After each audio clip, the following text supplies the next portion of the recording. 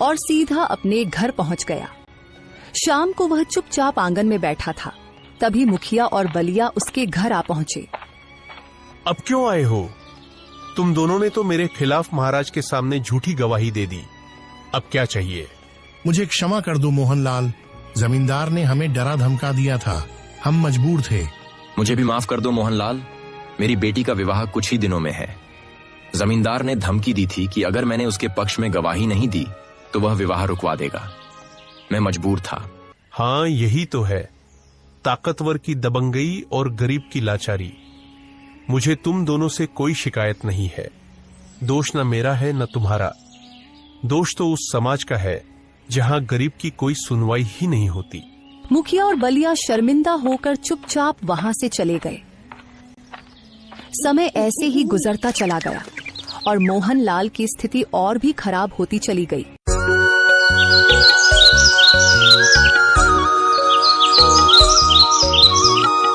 कब तक घर पर बैठे रहोगे? कुछ काम क्यों नहीं करते? मैं एक किसान हूँ, तुम ही बताओ खेती के अलावा और मैं क्या जानता हूँ। खेती की बात कर रहे हो? खेती अब बची ही कहाँ है। जाओ कोई और काम ढूंढो, वरना हमारी हालत और भी बिगड़ जाएगी। इस छोटे से गांव में मुझे कौन काम देगा राधा? क्या बात करती हो? अगर यहाँ नहीं मिलेगा तो दूसरे गांव या राज्य में जाओ, कहीं ना कहीं रोजी रोटी तो मिलेगी। मोहनलाल कुछ देर सोच में डूब गया और फिर बोला, हाँ ठीक है, मैं वजनगर राज्य जाऊंगा, वहां मजदूरी ठीक मिलती है।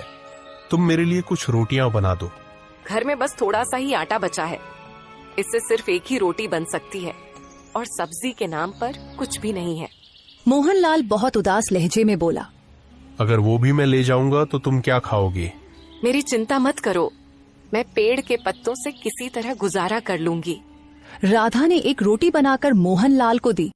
मोहनलाल रोटी लेकर विजयनगर की ओर पैदल चल पड़ा। रास्ता एक घने जंगल से होकर गुजरता था। कुछ देर बाद रात गहराने लगी और मोहनलाल के पेट में भूख के मारे चूहे दौड़ने लगे। उसे बहुत तेज भूख लग रही थी। तभी उसकी नजर एक तालाब पर पड़ी। चलो, तालाब तो मिल गया, अब रोटी खाकर प्यास बुझाऊंगा, कुछ तो भला होगा। वह तालाब के पास गया, रोटी निकाली और उसे देखते हुए बोला, ये तो बस एक ही है, अगर मैं खा लूंगा तो मेरी भूख फिर भी नहीं मिटेगी। तभी तालाब के पानी में हलचल होने लगी। दरअसल इस तालाब में एक राक्षस का वास था। यह कौन खतरनाक जादूगर है जो मेरे ही तालाब के पास इतनी नरमी से कह रहा है कि खाने से क्या भला होगा? लगता है यह मुझे खाने की बात कर रहा है, मुझे कुछ तो करना पड़ेगा। तभी राक्षस तालाब से बाहर निकल आया। मुझे मत मारो, मैं इस तालाब में अकेला रहता हूँ, मैं दूसरों को खाता हूँ, तुम मुझे मत खाना, मुझे माफ कर दो। मोहनलाल पूरा मंजर समझ गया।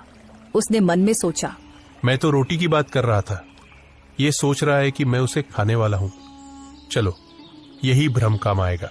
ठीक है, मैं तुम्हें एक ही शर्त पर नहीं खाऊंगा, अगर तुम मुझे कोई ऐसी वस्तु दो जिससे मैं धनवान हो जाऊं, समझे? राक्षस तुरंत अपना हाथ टेढ़ी मेढ़ी दिशाओं में घुमाने लगा। अचानक रंग बिरंगी किरणों के साथ एक सुंदर और विचित्र पक्षी मोहनलाल के सामने प्रकट हो गया। इसे ले जाओ, तुम धनवान हो जाओगे। क्या बकवास कर रहे हो? इस छोटे से पक्षी से मैं कैसे धनवान बनूंगा? यह कोई साधारण पक्षी नहीं है, यह बोलने वाला पक्षी है। यह भविष्य की बातें भी बताता है और जब तुम इससे धन की इच्छा व्यक्त करोगे तो इसकी आंखों से किरणें निकलेंगी और सोने चांदी के खजाने प्रकट होंगे, समझे? अच्छा, अगर ऐसा है तो यह पक्षी अब मेरा हुआ और तुम अपने तालाब में अब सुरक्षित रह सकते हो, ठीक है? मोहनलाल खुशी खुशी वहां से अपने गांव की ओर चल पड़ा। वह रास्ते भर मन ही मन सोचता रहा। राधा जब इस पक्षी के बारे में सुनेगी तो बहुत खुश हो जाएगी और जब मैं धनवान हो जाऊंगा तो किसी गरीब पर आंच नहीं आने दूंगा। हाँ, अरे बाबा, बहुत थक गया हूं, काश कहीं एक रात के लिए रुकने का कोई ठिकाना मिल जाए। सर्दी भी बहुत बढ़ गई है।